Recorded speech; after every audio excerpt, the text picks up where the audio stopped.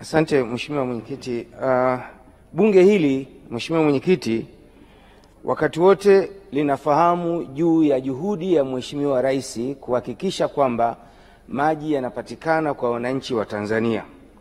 Mheshimiwa Waziri anasema matatizo haya ya Mwananyamala makumbusho yatatatuliwa mwaka wa fedha ujao. Maji sio kama umeme kwamba unaweza ukawasha kibatali. Maji lazima upate maji. Sasa hawa wananchi, swali langu, hawa wananchi watakaa hivyo mpaka mwaka wa fedha unaokuja ambayo tarehe haijulikani, wanakwenda kupata maji kwa njia gani? Swali langu hilo la kwanza. Swali langu la pili, Mheshimiwa Mwenyekiti, changamoto hii sasa imekuwa hadi kufikia mtaa wa Hana Nasifu katika kata ya Hana Nasifu. Ina maana matatizo yanaendelea kuwa mengi. Swali langu, DAWASA inafanya biashara. Hivi mnataka kutuambia sisi wabunge kwamba DAWASA inashindwa kupata fedha hata za kukarabati miundombinu ambayo inaifanya maji yaweze kupatikana na wao waweze kuyauza hayo maji? Mheshimiwa Naibu Waziri, majibu. Mheshimiwa Mwenyekiti, kwanza nianze kwa kumpongeza Mheshimiwa Abasi Talimba, mbunge wa Kinondoni. Tunamshukuru sana kwa kuendelea kushauri serikali katika sekta hii ya maji, na sisi serikali kupitia kwa wataalamu wetu tumekuwa tukipokea maoni hayo. Mheshimiwa Mwenyekiti, ni kweli kabisa Mwananyamala na makumbusho ni lazima kuwepo na mabadiliko ya miundombinu ambayo ilikuwa inatoa huduma ya maji, na uchakavu wake pia unaweza unakuwa ni tatizo jingine. Lakini kikubwa Mheshimiwa Mwenyekiti, maji kutopatikana katika maeneo haya sio tu kwa sababu ya uchakavu wa miundombinu. Jiji la Dar es Salaam, wakazi wanapoingia na kutoka, wanapojenga na kubomoa, inatuathiri hata sisi katika miundombinu yetu ya maji. Kwa hiyo kwa muktadha huo Mheshimiwa Mwenyekiti, tatizo na changamoto ya miundombinu kwa upande wa Dar es Salaam na kuangalia jiografia ya ujenzi wa jiji la Dar es Salaam haitokwepeka. Kikubwa serikali inatambua changamoto hiyo inayotokana na mazingira kama hayo, na tumekuwa tukichukua hatua baada ya jingine kulingana na aina ya changamoto iliyojitokeza.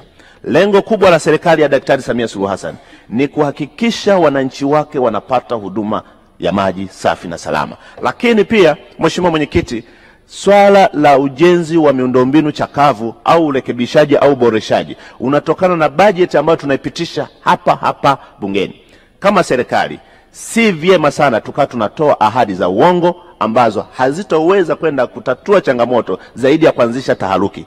Sisi tunamhakikishia Mheshimiwa mbunge katika bajeti ya 25-26 kama ambavyo nimejibu katika jibu la msingi, tutaenda kufanyia kazi eneo la Msikitini ambalo ndilo litaenda kusaidia upande wa makumbusho pamoja na Mwananyamala.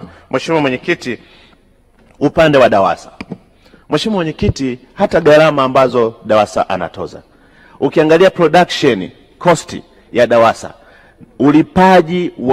ulipaji wa makemikali, ulipaji wa wataalamu wake kuzunguka kuangalia na kutathmini changamoto zilizopo, ni kweli kabisa kwamba tunaweza kusema kwamba ni rahisi sana kupata mapato na kuanza kuyawekeza katika uboreshaji wa miundombinu, lakini gharama za uendeshaji kama DAWASA gharama zake ziko juu sana.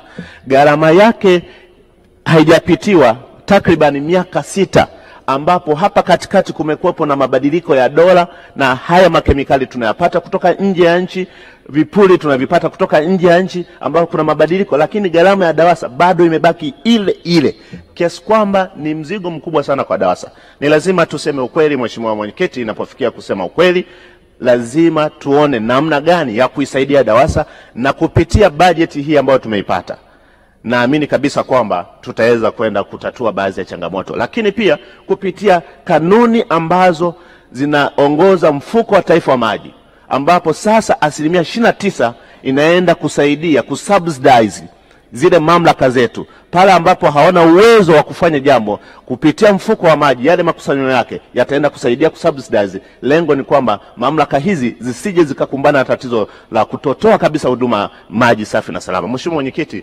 tunapokea ushauri wake na tutaendelea kufanyia kazi, lakini ni vizuri pia tukatoa taarifa ambayo Watanzania wakafahamu gharama uzalishaji wa maji ni kubwa sana, hasa kwa jiji la Dar es Salaam. Asante sana Mheshimiwa Mwenyekiti.